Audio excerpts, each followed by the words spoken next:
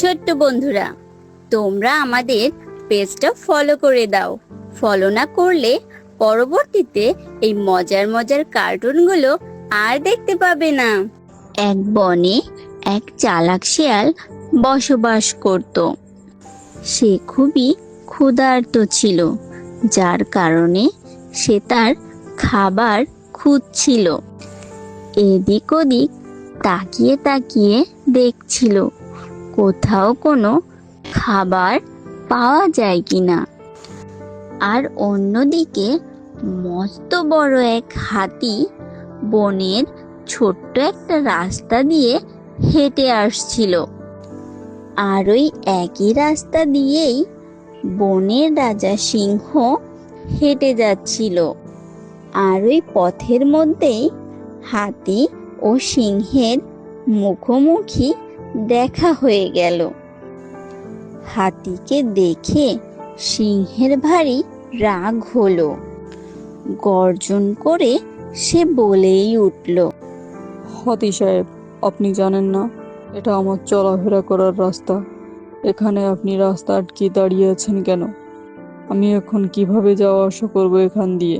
এমন কথা শুনে হাতি তো রাগে গজগজ করতে লাগলো। তখন হাতি সিংহের উদ্দেশ্যে বলল, সুতরাং অন্যান্য বনের পশু পাখির সাথে আমার তুলনা করবেন না। কেন আপনার তুলনা করব না? আপনি কি অন্যান্য পশু পাখি থেকে আলাদা নাকি? তখন হাতি মনে মনে চিন্তা করতে লাগলো, এই ছোট্ট পুচকে সিংহের সাথে আমি আর কি কথোপকথন করব। একে আমি বরং সুর দিয়ে চেলে ফেলে মারি। তখন হাতি কোনো কথাবার্তা না বলেই সিংহটিকে তার সুর দিয়ে চেপে ধরে ফেলে মারলো ওই দূরে জঙ্গলে।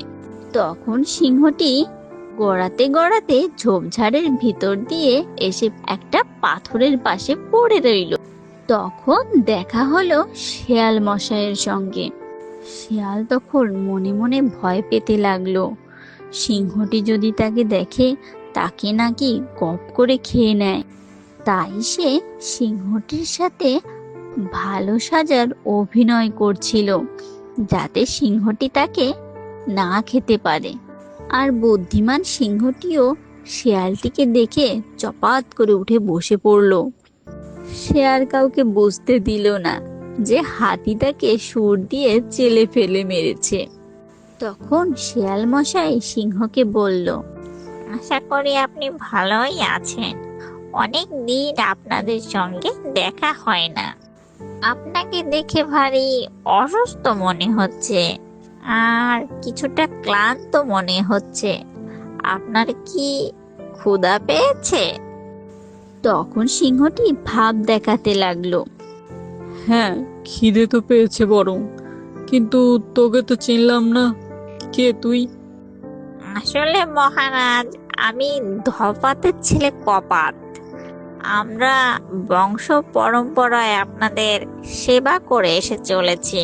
ও, তুই ধপাতের ছেলে? চিনতে পেরেছি। হ্যাঁ, ও অনেক সেবা যত্ন করতো। আচ্ছা, আমার খুব খিদে পেয়েছে। তাহলে দেখ কোনো কিছু জোগাড় করতে পারিস কিনা। মূলত কেউ কাউকে চেনে না, কিন্তু তারপরেও দুজন দুজনের মান সম্মান বজিয়ে রাখলো। এদিকে সিংহ যেমন পাম্পড়টি দিতে লাগলো, অন্যদিকে চালাক শেয়ালও তেমনটাই করে গেল। এখন তো শেয়াল পড়লো ভারী সমস্যার ভিতর। নিজেই 2-3 দিন খেতে পায় না, তার ভিতর আবার সিংহের খাবার জোগাড় করতে হবে।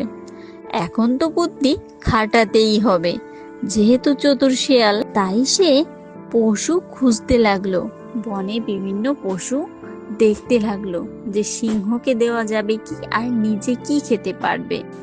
হঠাৎ শেয়ালটি দেখতে পেল এক ঝাঁক ছাগল আসছে বনের ভিতরে। তারা মনের সুখে ঝাঁক বেঁধে বেঁধে খাবার খাওয়া শুরু করেছে। এদিক ওদিক ঘুরে ঘুরে ঘাস খাচ্ছে। তখন চতুর শেয়ালটি একটা বুদ্ধি আটলো। সে করলো কি, ছাগলগুলোর একটু পাশে গিয়েই গাছ থেকে পাতা ছিঁড়ে ছিঁড়ে নাচতে লাগলো আর পাতাগুলো ছুঁড়ে ছুঁড়ে ফেলতে লাগলো। আর সেগুলো ছিল কাঁঠাল পাতা।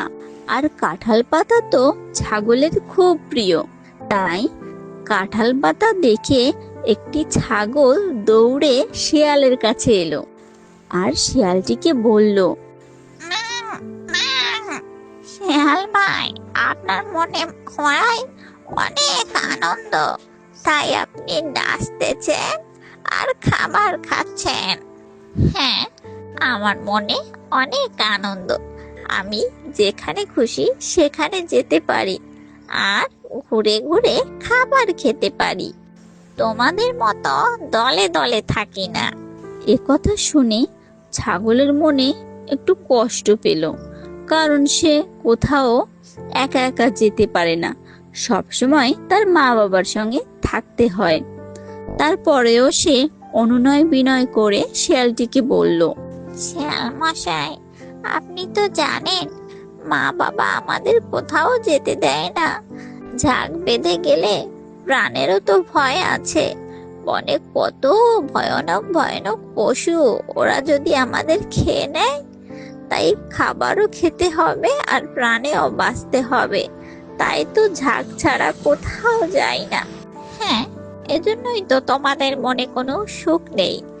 আর আমাকে দেখো, আমি যেখানে খুশি সেখানে যেতে পারি, মনের সঙ্গে ঘাস পাতা যা ইচ্ছা খেতে পারি, আর আনন্দে আমি ঘুরে বেড়াতে পারি। তুমি যদি আমার সঙ্গে যেতে চাও, নিরাপদে যেতে পারো, কারণ বনের সকল পশু পাখিকে আমি খুব ভালো করে চিনি। কথা শুনে বোকা ছাগলটির শিয়ালের সঙ্গে যেতে ইচ্ছা হলো। সে তার মা বাবাকে না বলে চালাক শিয়ালটির সঙ্গে রওনা করলো। তারা গভীর জঙ্গলের ভিতর চলে আসলো। আর সেখানেই তো আছে ভয়ানক সিংহটি। হঠাৎ সিংহটিকে দেখে ছাগলটির হাত পা কাঁপতে শুরু করলো। সে বলতে লাগলো, শিয়াল ভাই, আমি এখন চলে যাই।